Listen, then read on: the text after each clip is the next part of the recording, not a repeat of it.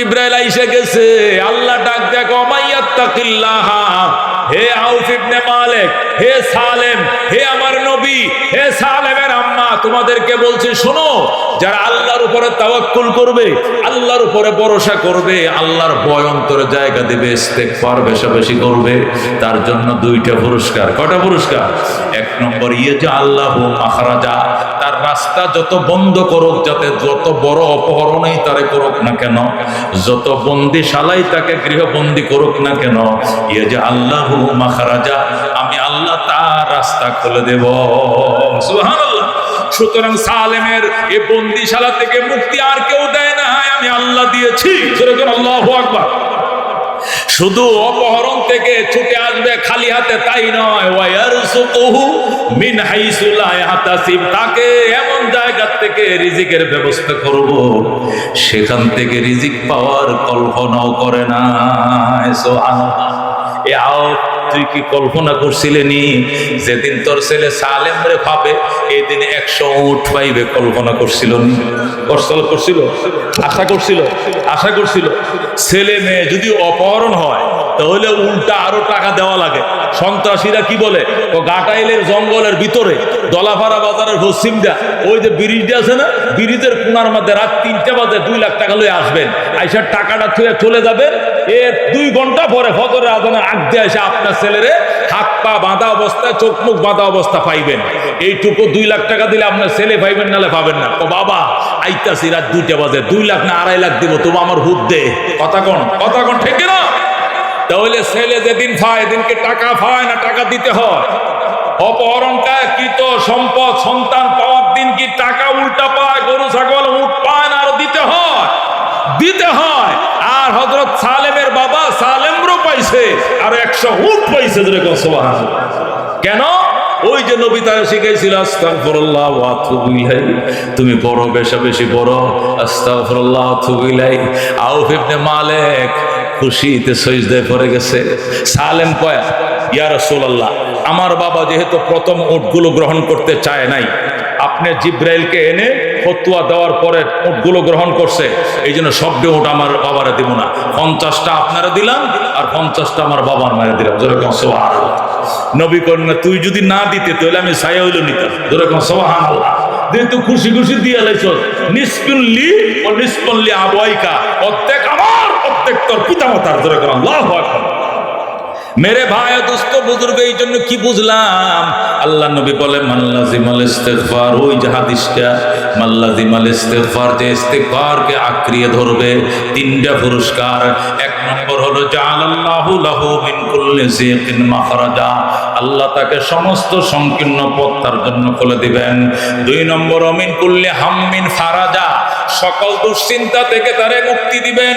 3 নম্বর ওয়ায়ারযুকুহু মিন হাইসু লা ইয়াহতাসিব, এমন জায়গা থেকে তাকে রিজিক দেবেন সেখান থেকে রিজিক পাওয়ার কল্পনাও করে না। এই কথা কোন ঠিক কিনা?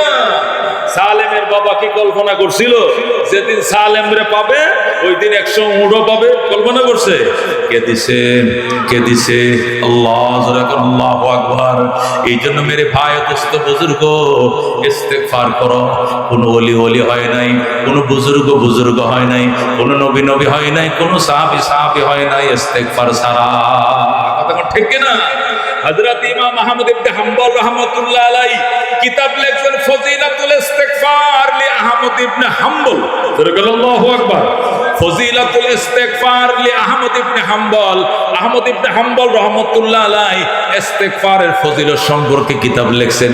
এখানে আমি যে হাদিসগুলো বলছি, আয়াতগুলো বলছি, সবগুলো তিনি লিখছেন। এই কিতাবটা আমি পাইছি মসজিদে নববীর ওই কুতুবখানার মধ্যে, ওই কিতাবটা পাইছি। এটা বাহিরে পাওয়া যায় না। বাদশাহ ফাহাদ ইবনে আব্দুল আজিজ এটা ছাপায়া দিছে, ওই লাইব্রেরিতে, মদিনার লাইব্রেরিতে পাওয়া যায়। ফজিলাতুল ইস্তিগফার লি আহমদ ইবনে হাম্বল। ওই কিতাবটার মধ্যে ইমাম আহমদ ইবনে হাম্বল আয়াতগুলো সেটআপ করছে, যে হাদিসগুলো আছে এগুলো বলছে, সব ওই আয়াত সেটআপ করছে, ওই তালাকের শানে নজুল সেটআপ করছে। ইমাম আহমদ ইবনে হাম্বল ওই কিতাবটা লেখার শেষ পর্যায়ে এসে বলতেছে, শোনো দুনিয়ার মানুষ শোনো, কোরআন হাদিস থেকে ইস্তেগফারের ফজিলতের কথা তোমাদেরকে শোনাইলাম, এখন আমি একটা খাবের ঘটনা শোনাই। কি এর ঘটনা? ইমাম আহমদ ইবনে হাম্বল বলেন আমি একটা স্বপ্নের ঘটনা শোনাই। আহমদ ইবনে হাম্বল বলেন আমি একদিন বাইতুল্লাহ শরীফ কাবা ঘরে ঘুমায় রইছি। সুবহানাল্লাহ। কাবা ঘর মানে হেরেম, হেরেমের কাবার যে হেরেম আছে সীমানা, আমি হেরেমে কাবা, কাবার হেরেম শরীফে তোয়াফ করতে করতে করতে ক্লান্ত হয়ে গেছি। এরপর এক সাইডে যে কার্পেট বিছায় রাখে, আমি এক জায়গায় ঘুমায় পড়ছি। কে বলতেছে? আহমদ ইবনে হাম্বল। আমি যখন ঘুমায় পড়লাম, আমি ঘুমের মধ্যে স্বপ্ন দেখতেছি কিয়ামতের ময়দান কায়েম হয়ে গেছে। সুবহানাল্লাহ। আহমদ ইবনে হাম্বল বলেন আমি স্বপ্ন দেখতেছি কিয়ামত কায়েম হয়ে গেছে, হাজার হাজার লাখ লাখ মানুষ বিচারের জন্য লাইনে দাঁড়াইছে, আমিও লাইনে দাঁড়াইছি। হিসাব শুরু হয়েছে, মিজানের পাল্লা ওজন হইতেছে, কেউ ওজনের পাল্লা ভারী হয়, কাঠটা হালকা হয়, কেউ কান্দে, কেউ হাসে, এইভাবে চলতেছে। যাইতে যাইতে যাইতে আমার সিরিয়াল আইছে, ফেরেশতারা আমার আমল নামাও পাল্লায় উঠাইছে। সুবহানাল্লাহ। আল্লাহর কুদরত, আমি তো ইস্তেগফার করতেছি আর ভয়ে কাঁপতাছি, কি হয় না হয়। হিসাবের পাল্লা আমার নেকির পাল্লায় দিছে, আমার আমল নামা যেই মাত্র কাগজটা আমার পাল্লায় দিছে, আস্তে করে দেখি নেকির পাল্লাটা ভারী হয়ে গেছে। আহমদ ইবনে হাম্বল বলেন আমি খুশিতে বাগবাগ হয়ে গেছি, আমার নেকির পাল্লাটা ভারী হয়ে গেছে। ফামান সাকুলাত মাওয়াজিনুহু ফাহুয়া ফি ঈশাতির রাদিয়া, এই আয়াতটা আমার মনে হয়ে গেছে। সুবহানাল্লাহ। যার নেকির পাল্লা বাড়ি হয় সে স্বাচ্ছন্দ্যময় জীবন লাভ করে। আমার নেকির পাল্লা বাড়ি হয়েছে, আমার আল্লাহ ডান হাতে আমলনামা দিছে। সুবহানাল্লাহ। আমি এটা স্বপ্ন দেখতেছি, কেমনে? স্বপ্নে। এরপরে আমার ডান হাতে আমলনামা দিছে, দিয়ে ফেরেশতারা বলতেছে আহমদ এদিকে যাও, এদিকে যাও, ওই যে সামনে গেলে দেখবা জান্নাতের গেট আছে, ওই গেটের মধ্যে যায় তুই কি করবা, এই আমলনামাটা দিবা, ফেরেশতারা গেটটা খুলে দিবে, সোজা জান্নাতে ঢুকে যাবে। যেরকম সুবহানাল্লাহ। আহমদ ইবনে হাম্বল বলেন আমি ওই গেটে গেলাম, যাইয়া এখন গেট খুঁজে পাই না, কাউকে জিজ্ঞাসা করতেও ভয় লাগে, শরম লাগে। আমি জান্নাতের টিকিটও পাইছি, নেকির পাল্লা বাড়ি হইছে, কিন্তু গেটটা চিনি না, এই জন্য একজনকে জিগাইতেও শরম লাগে, জিজ্ঞাসাও করি না। অনেকক্ষণ মনে মনে ঘুরছি গেটটা পাই কিনা, কিন্তু গেট পাই না। আবার ঘুরে আসছি ওই ফেরেশতার কাছে, আয়া বলছি ভাই গেটটা তো পাইলাম না, গেট তো পাইলাম না। আহারে বাবা, একজনকে জিজ্ঞেস করলে তো পাও। ও সামনে যাও, ওই যে নারকেল গাছ দেখা যায়, ওই গাছের নিচে দেখো একটা লোক বসা আছে, নিচের দিকে মাথাটা নিচে করে বসে রয়েছে। এই লোকটার কাছে যাইবা, যায় সালাম দিবা, সালাম দিয়ে জিজ্ঞাসা করবা আইনা বাবুল জান্নাত, জান্নাতের গেট কোন দিকে, দেখায় দিবে, সোজা জান্নাতে ঢুকে যাইবা। সুবহানাল্লাহ। মেরে বায়া দোস্ত বুজুর্গ আহমদ ইবনে হাম্বল বলেন আমি ওই গাছের নিচে গেলাম, যায় দিকে একটা লোক নিচের দিকে ছায়া বসে রয়েছে। আমি তাকে সালাম দিলাম, সালাম আলাইকুম শেখ, সালাম আলাইকুম, সালাম আলাইকুম শেখ, সালাম দিলাম। ওই লোকটা আমার দিকে তাকাইলো, তাকায় আমার দিকে তাকায় হাসি দিল। সে যখন আমার দিকে তাকায় হাসি দিল, আমিও তারে চিনছি, সেও মনে হয় আমার চিনে থাকতে পারে। সুবহানাল্লাহ। সে আমার চিনে কিনা জানি না, কিন্তু আমি তারে চিনছি। চিনার পরে বলছে আইনা বাবুল জান্নাত, জান্নাতের গেটটা কোন দিকে। সে আমারে বলে তুমি কি জান্নাতের গেট পাচ্ছ না? আমি বললাম না, আমি জান্নাতের গেট পাচ্ছি না, জান্নাতের গেটটা কোন দিকে। এই কোন দিকে বলার সাথে সাথেই 5টায় কাজা। আমি ঘুম থেকে জেগে গেলাম, আমার ঘুম ভেঙে গেল, স্বপ্ন শেষ। আহারে। ইমাম আহমদ ইবনে হাম্বল বলে এখন খালি গেটটা দেখায় দিবে আর আমি ঢুকমু, এর মধ্যে স্বপ্নটা কে গেল, ভেঙে গেল। হায় হায়, আহমদ ইবনে হাম্বল বুকের মধ্যে থাপাইতেছে, মাথায় থাপাইতেছে, কি সর্বনষ্ট হইলো। আইরে আর 2 মিনিট যদি স্বপ্নটা দীর্ঘই হইতো তাহলে জান্নাতের গেটটা দেখতাম। সুবহানাল্লাহ। আহমদ ইবনে হাম্বল কর ঠিক আছে, তোরে আমি চিন্না রাখছি বেটা, তোর চেহারাটা আমার মনে আছে, তোরে কোথায় যেন দেখছিলাম, তোর ঠিকানাটা রাখছিলাম, খাতাটা দেই গেল। আহমদ ইবনে হাম্বল ডায়েরি খুলছে, খুললে ওই লোকটার ঠিকানা বাইর করছে, ওরে চিনছে, ওর ঠিকানা বাইর করছে, ওর বাড়ি মিশর। যেরকম সুবহানাল্লাহ। কোথায়? ওনার বাড়ি মিশর। আহমদ ইবনে হাম্বল কয় সেখান থেকে ওই বাইতুল্লাহ থেকে উট চালাইলাম, মিশরে রওনা করলাম, হেডের খুঁজে বাইর করবো যে আমারে জান্নাতের গেট দেখায় দেবে। এই লোকটা সাধারণ কোনো আল্লাহর ওলি না, নিশ্চয় বিখ্যাত আল্লাহর ওলি বুজুর্গ হবে। পরে দেখার জন্য হেরেম শরীফ থেকে রওনা করছি 6 মাস। কয় মাস?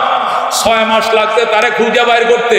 গেছি মিশরে যায় দেখি এক দোকানে হোটেল, কি হোটেল, হোটেলে যা দেখি তুন্দুল রুটি বানায়। কি বানায়? তুন্দুলের কারিগর। এই তুন্দুল রুটি ছিলেন দলাপাড়া বাজারে বানায় বানায় আমগো টাকা আছে, দলাপাড়া না হইলো গাটেল তো আছে, ওই যে চুলার ভিতরে যায় দেয় যে কাটিতে বাইর করে আছে না, ও তুন্দুল দলাপাড়ায় আছে। সুবহানাল্লাহ কন। এখন আর দলাপাড়া নাই, সামনে সাগর থেকে দলাপাড়া এটা থানা হওয়ার সম্ভাবনা আছে কিনা? এটা উন্নত হয়ে গেছে অনেক। মেরে ভাই দোস্ত বুজুর্গ, আহমদ ইবনে হাম্বল রাহমাতুল্লাহ আলাইহি বলে এটা ঠিকানা, যে ঠিকানা দিয়েছে ঠিকানা মতো যায় বাইর করে দিকে, এটা তো বাড়ি না, এটা যায় এটা হোটেল। যায় দিয়ে ওই লোকটা রুটি বানায়। কি বানায়? আমি বললাম তাল এদিকে আসো, তোমার নাম কি? অমুক। কহ আমার নাম অমুক। তোমার এই ঠিকানা কহ, তুমি কি করো? আমি গরিব মানুষ, আমি হোটেলে রুটি বানাই, বেতনভুক্ত কর্মচারী, মাসে বেতন দিয়ে সংসার চালাই। তুমি কি ইবাদত করো? কট নামাজের টাইমে নামাজ পড়ি, রোজার টাকা রোজা রাখি, হজ করছি, যাকাত দেই, নবীরও স্বপ্ন দেখছি, জান্নাত দেখছি। জোরে কোন সুবহানাল্লাহ। আল্লাহ আমার মনের সব আশা পূরণ করছে। ইমাম আহমদ ইবনে হাম্বল কয়, ভাই তোমারে দেখার জন্য আমি অনেক দূর থেকে আইছি, তুমি কোনো কথা গোপন করিও না, সব কথা আমারে বলবানি। বলবো তুমি কি আমল দিয়া এত বড় বুজুর্গ হইছো?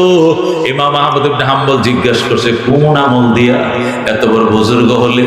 লোকটা ডাক দেখ, আমি রুটি বানাই আর আমার জবান চালু আছে আস্তাগফিরুল্লাহ ওয়া আতুবু ইলাইহি। সুবহানাল্লাহ। আমি রুটি বানাই আর আমার জবানে তাসবিহ একটাই, আস্তাগফিরুল্লাহ আল্লাযী লা ইলাহা ইল্লা হুয়াল হাইয়ুল কাইয়্যুম ওয়া আতুবু ইলাইহি। এই জন্য আমাকে আল্লাহ রাব্বুল আলামিন মুস্তাজাবুদ দাওয়াত বানাইছে। সুবহানাল্লাহ। আল্লাহ আমারে মুস্তাজাবুদ দাওয়াত বানাইছে। জীবনে যত জিনিস চাইছি সব আমার আল্লাহ আমারে দিছে। যেরকম সুবহানাল্লাহ।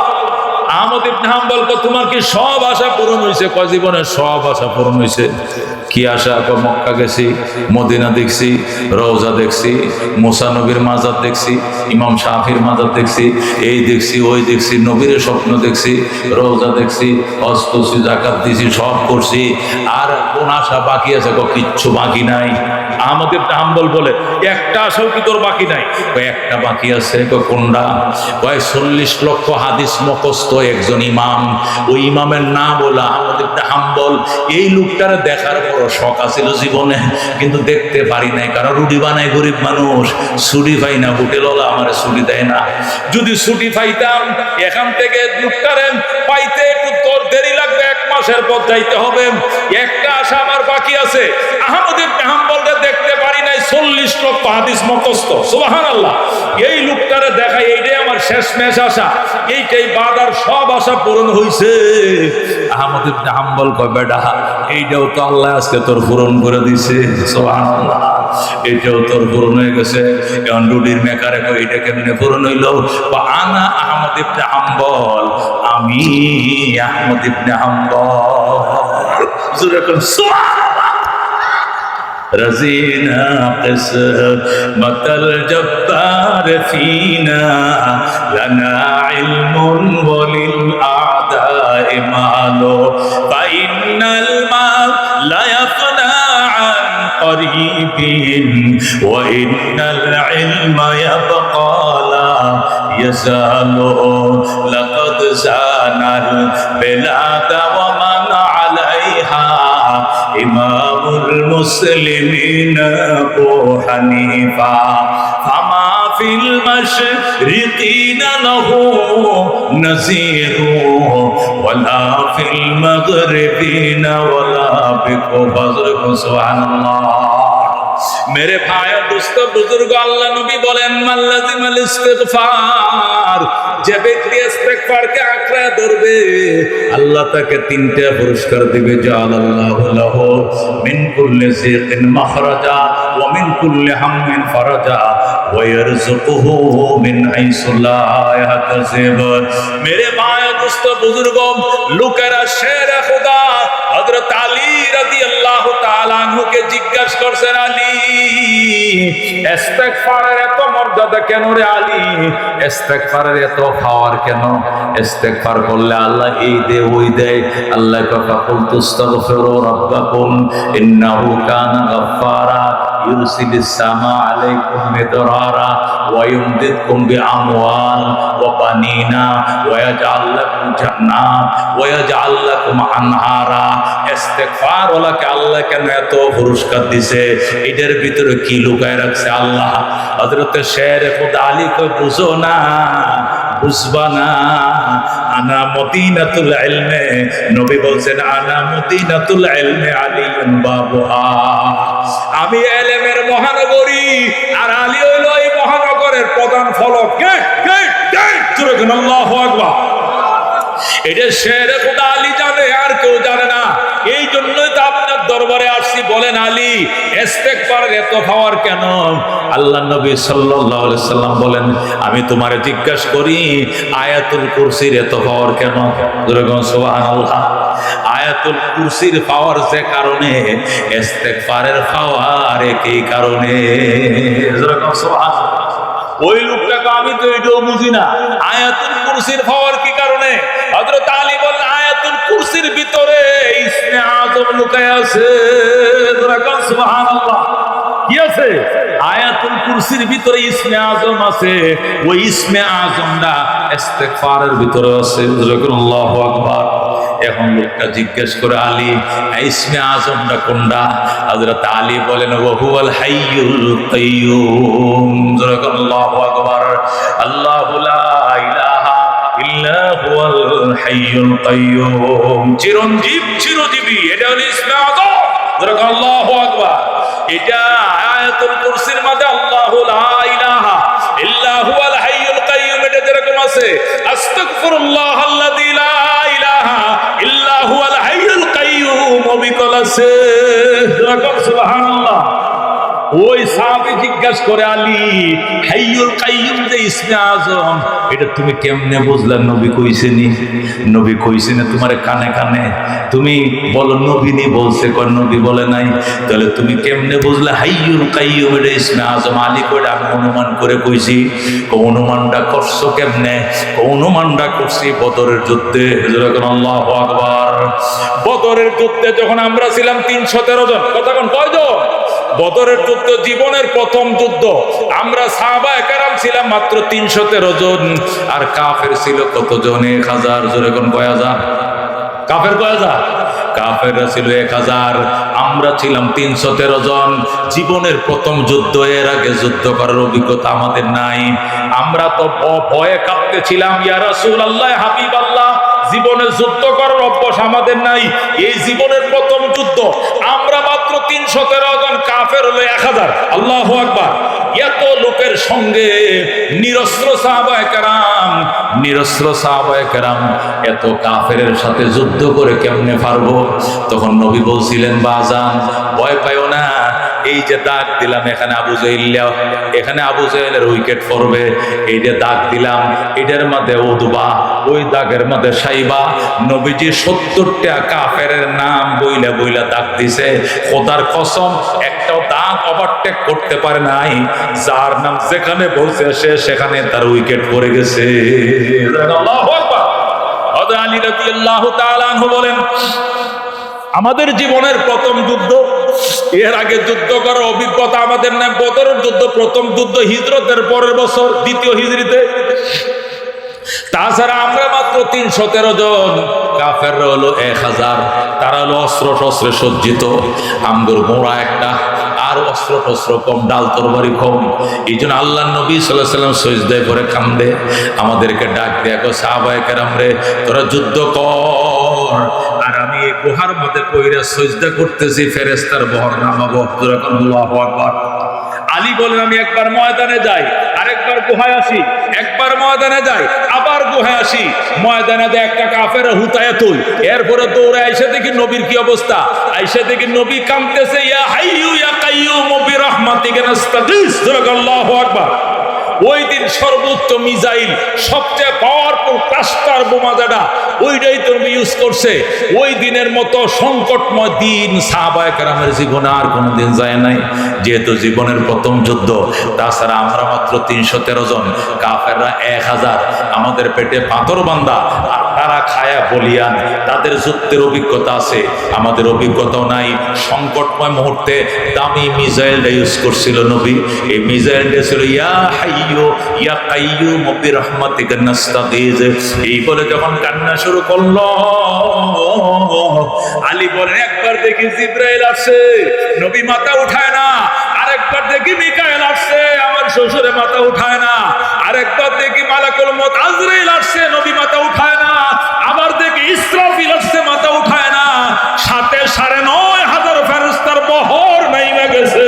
জোরে কর আল্লাহু আকবার।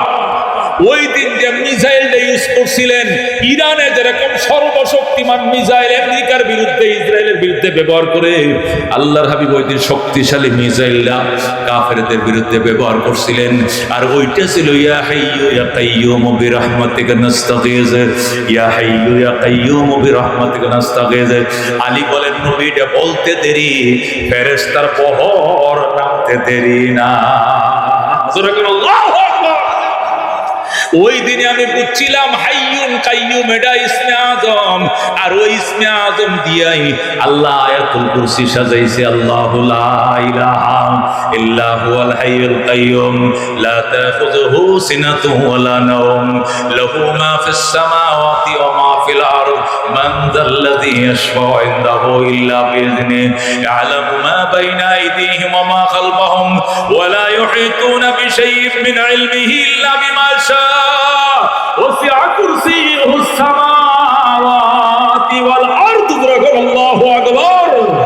আল্লাহ হযরত আলী রাদিয়াল্লাহু তাআলা আনহু বলেন ওই আয়াতুল কুরসির ভিতর যে মিসাইল আছে, পাওয়ারফুল ইসমে আজম আছে, এই ইসমে আজম আল্লাহ ইস্তেগফারের ভিতরে ঢুকাইছে।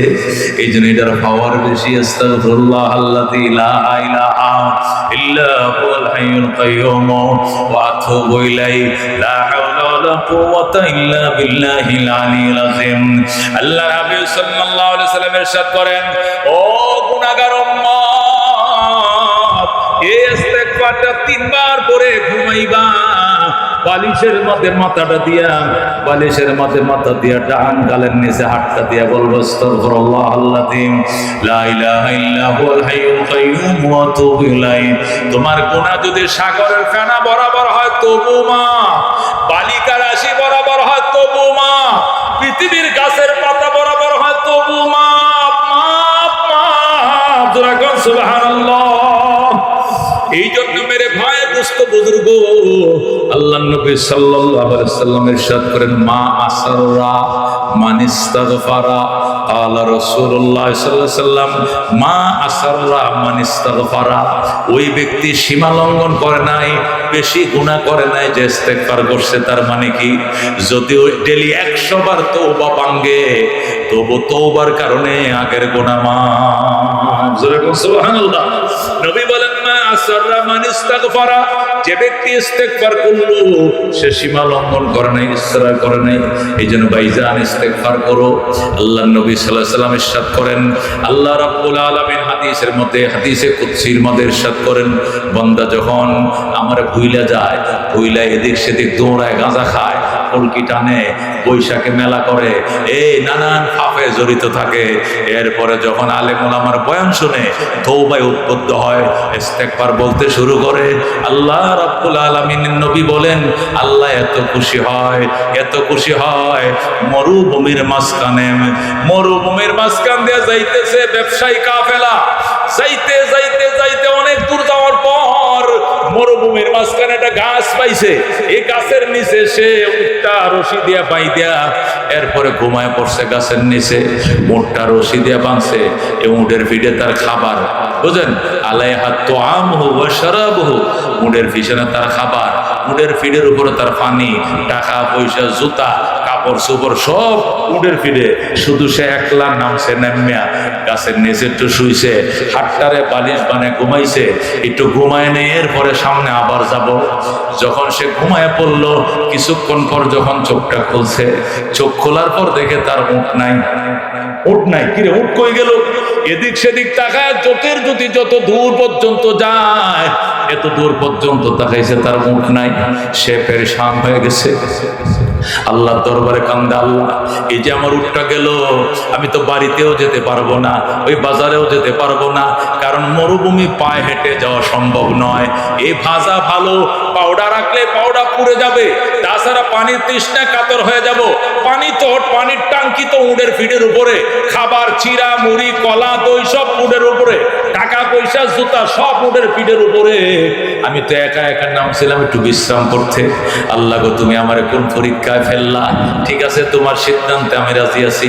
আল্লাহ গো, আমি আবার ঘুমায় পড়বো, এই ঘুমের মধ্যে তুমি আমার মরণ দিয়ে দিও, এছাড়া তো আমার আর কোনো উপায় নাই। আল্লাহুম্মা বিসমিকা আমুতু, আল্লাহ গো তোমার নামে আমি মরে গেলাম। এই বলে লোকটা শুয়ে পড়ছে। নবী বলেন, সে যখন শুয়ে পড়ছে মরণের উপরে নিয়ত করে শুয়ে পড়ছে। সে ঘুমাইছে অনেকক্ষণ, ঘুমানোর পর আবার ঘুম ভেঙে গেছে। যেই মাত্র ঘুম ভেঙে গেছে, ছায়া দেখে তার উটটা তার শিওরে সমস্ত মাল সামানা নিয়ে আবার দাঁড়ায় রইছে। আল্লাহু আকবার। হাদিসটা বুখারীতে আছে, মুসলিমে আছে। আল্লাহর নবী সাল্লাল্লাহু আলাইহি সাল্লাম বলেন, ওই উটের মালিক লাফতে উঠে যখন দেখছে উটটা দাঁড়ায় রয়েছে তার পাশে, এখন সে উটের পিঠের উপরে উঠছে, উইটা চেক করতেছে খাবার আছে কিনা, দেখে ঠিকঠাক আছে, টাকাটিও আছে, কম্বলও আছে, খাতাও আছে, জুতো আছে, খানা পিনা সিরা মুড়ি কলা সব আছে, পয়সাটিও আছে, পানিও আছে, সব আছে। এ আল্লাহ তোর এত খুশি হয়েছে, এত খুশি হয়েছে। আল্লাহর আল্লাহ আল্লাহ, ও আল্লাহ তোমার কি প্রশংসা করব। আল্লাহ খুশিতে আমার কলিজাটা ভরে গেছে। আল্লাহ আমি তো মরার জন্য রাজি হয়ে গেছিলাম। আল্লাহ তোমার কি শুকরিয়া আদায় করে। আল্লাহ তুমি আমার বান্দা, আমি তোমার খোদা। আল্লাহু আকবার। সে এত খুশি হয়েছে, খুশির সুরে সে কয়, আল্লাহ আজকে থেকে আমি তোমার খোদা লাগে, তুমি আমার বন্দা লাগো। বুঝুনি? আল্লাহ বলে হের বন্দা লাগে, আর হে বলে খোদা। সাহাবায়ে কেরাম কই, ইয়া রাসূলুল্লাহ, এই যে কথাটা কইলো এটা তো কুফরি কইছে। নবী কইটা কুফরি হইতো না, এটা অতি আনন্দের স্পিরিটে কয়ে লাইছে। আল্লাহু আকবার। এটা কোনো কুফরি হবে না, কারণ এই হারানো জিনিস যেটা পাওয়ার আশা নাই, এই জিনিসটা পায়া আনন্দের স্পিডে আল্লাহরে বন্দা কয়ে ফেলাইছে, বন্দারে খোদা কয়ে ফেলাইছে। আল্লাহু আকবার। আল্লাহ নবী কই, সাহাবায়ে কেরাম, ওই উটের মালিক হারানো উট পায়া যত খুশি হইছে, আল্লাহ তার হারানো বন্দা পাইলে এর চার কোটি কোটি গুণ বেশি খুশি হয়। আল্লাহ ডাকতে বরদরা আমার বন্দায়ে বগরি খতাব আবরুয়ে খুদবা সিয়ারি খতা, বরদরা মত বন্দায়ে বগরি খতাব আবরুয়ে খুদবা সিয়ারি খতা। আল্লাহ কান্দে, বন্দা আইসো আইসো, আমার পলায়নকারী গোলাম আমার দুয়ারে আবার আইছে। এটা আমার ভুললে গেছিল বিজয় মেলায়, গেছিল বৈশাখী মেলায়, খাইছে গাঞ্জা, টানছে কলকি, সব তুই আমার দরবারে আইছে। আহো আসো দারগীর হাজে বদর ওয়ালি দরগাজে দরগাহে নিজ, হাজার বার তওবা শাকাস্তি বাদা বাদা, হো আসো আসো, হাজার বার তওবা ভাঙছো, আসো আসো আসো, এখন তওবার দরজা বন্ধ হয় না, আসো দারগীর হাজে বদর ওয়ালি দরগাহে নিজ। আমার দরবারে দুনিয়ার মন্ত্রী মিনিস্টারের দরবারে গেলে দারোয়ান আছে, কেসি গার্ড আছে, নাইট গার্ড আছে, ডে গার্ড আছে, সিকিউরিটি আছে, পিএস আছে, সচিব আছে। আমার দরজা 24 ঘন্টা খোলা। আমি আল্লাহকে শেষ রাত্রে ডাক দিল, আমি বলবো, বন্দা হাজির। লাব্বাইক ইয়া আবদি লাব্বাইক। বন্দা এত রাত্রে কেন ডাকলে রে? আমি আসি, আমি ঘুমাই না। আল্লাহ নবী সাল্লাল্লাহু আলাইহি সাল্লাম ইরশাদ করেন, ইব্রাহিম আলাইহিস সালামের জামানায় এক মূর্তি পূজারী সারা রাত ধরে মূর্তির নামে কি করে তাসবিহ পড়ে, ইয়া সনম ইয়া সনম ইয়া সনম ইয়া সনম। সনম মানে কি? দেবতা। ইয়া সনম গোয়া রাতভর আল্লাহরে ডাকতেছে। হঠাৎ করে ভুলে মুখ দিয়ে বের হয়ে গেছে ইয়া সামাদ, কি বেড়ে গেছে? সনমের জায়গা কি বেড়ে গেছে? ইয়া সামাদ, ভুলে ইয়া সনমের জায়গায় ইয়া সামাদ বাইরে গেছে। ঈদের রাত পর ইয়া সনম সনম করে ডাকে, কোনো আওয়াজ নাই, কোনো শব্দ নাই। শব্দ আসেনি, মূর্তি উত্তর দিতে পারেনি, উত্তর দিত, উত্তর দেয় না। হঠাৎ করে ভুলে ঘুমের তাইছে সনমের জায়গায় সমদ হয়ে গেছে সমাদ। যখন সমদ মুখ দিয়ে বের হয়ে গেছে, আল্লাহ আওয়াজ দেয়া বলতেছে, লাব্বাইকা আবদি, বান্দা আমারে ডাকলি কেন? আমি হাজির। কি জন্য ডাকছো আমাকে বলো। তোরা এখন আল্লাহু আকবার। এই লোকটা এদিক সেদিক তাকায়, কিরে প্রত্যেকটা রাত পর ইয়া সানাম ইয়া সানাম ইয়া সানাম করে ডাকি, কোনদিন উত্তর শুনি না। আজকে সনমের জায়গায় সমদ নাকি একটা শব্দ যেন মুখ দিয়ে বের হয়ে গেছে। এখন কে যেন আমার ডাকে, লাব্বাইক আব্দি বলে ডাকে। ঘটনাটা কি? মুরব্বীদেরকে দেব, হেদের যে কি আছে, ওই যে পুরোহিত আছে, পুরোহিত হিন্দুদের পুরোহিতদের কাছে গেছে, ঠাকুরদের কাছে। ঠাকুররা কয় জানি না। পয়গম্বর ইব্রাহিমের কাছে যা, ইব্রাহিম নবীর কাছে আইছে। ইব্রাহিম কহুনি আমার আল্লাহ। তুই কি কয়ে ডাকছস? আমি তো সারা রাত সনম সনম কয়ে ডাকছি। হঠাৎ করে ঘুমের থাইছে, মুখ দিয়া বলে সমদ বাইরে গেছে। এরপরে লাব্বাইক আব্দি কয়ে আমার যেন কে ডাকে। ইব্রাহিম কহুনি আমার আল্লাহ। উনারে একবার ডাকলে তিনি সারা দেয়।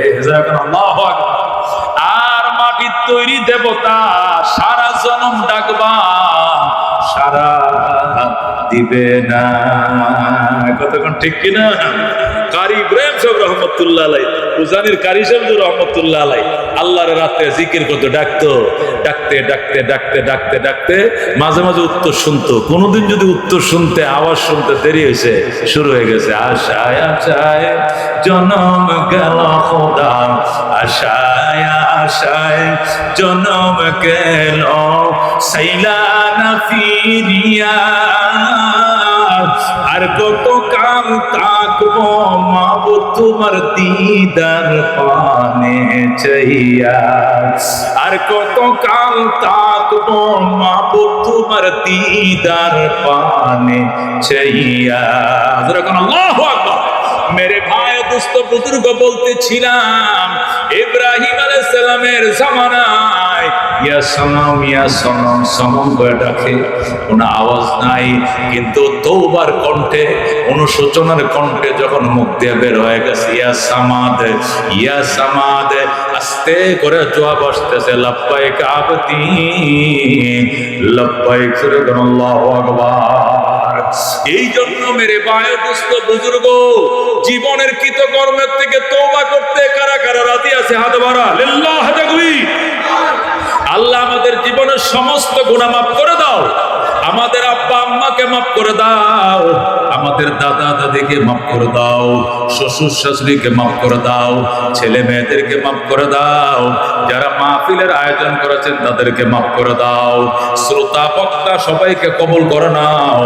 আল্লাহ এই মাহফিল 14তম মাহফিল, জমিন যতদিন থাকবে ততদিন মাহফিলকে টিকে রাখার তৌফিক নসিব ফরমাও। আমিন। ওয়া আখিরু দাওয়ানা আনিল হামদুলিল্লাহি রাব্বিল আলামিন। টানা 1 ঘন্টা 30 মিনিট, ঠিক আছে তো ইনশাআল্লাহ? আল্লাহ বাঁচিয়ে রাখলে অন্য সময় দেখা হবে, কথা হবে। আল্লাহ রাব্বুল আলামিন আমাদেরকে আমল করার তৌফিক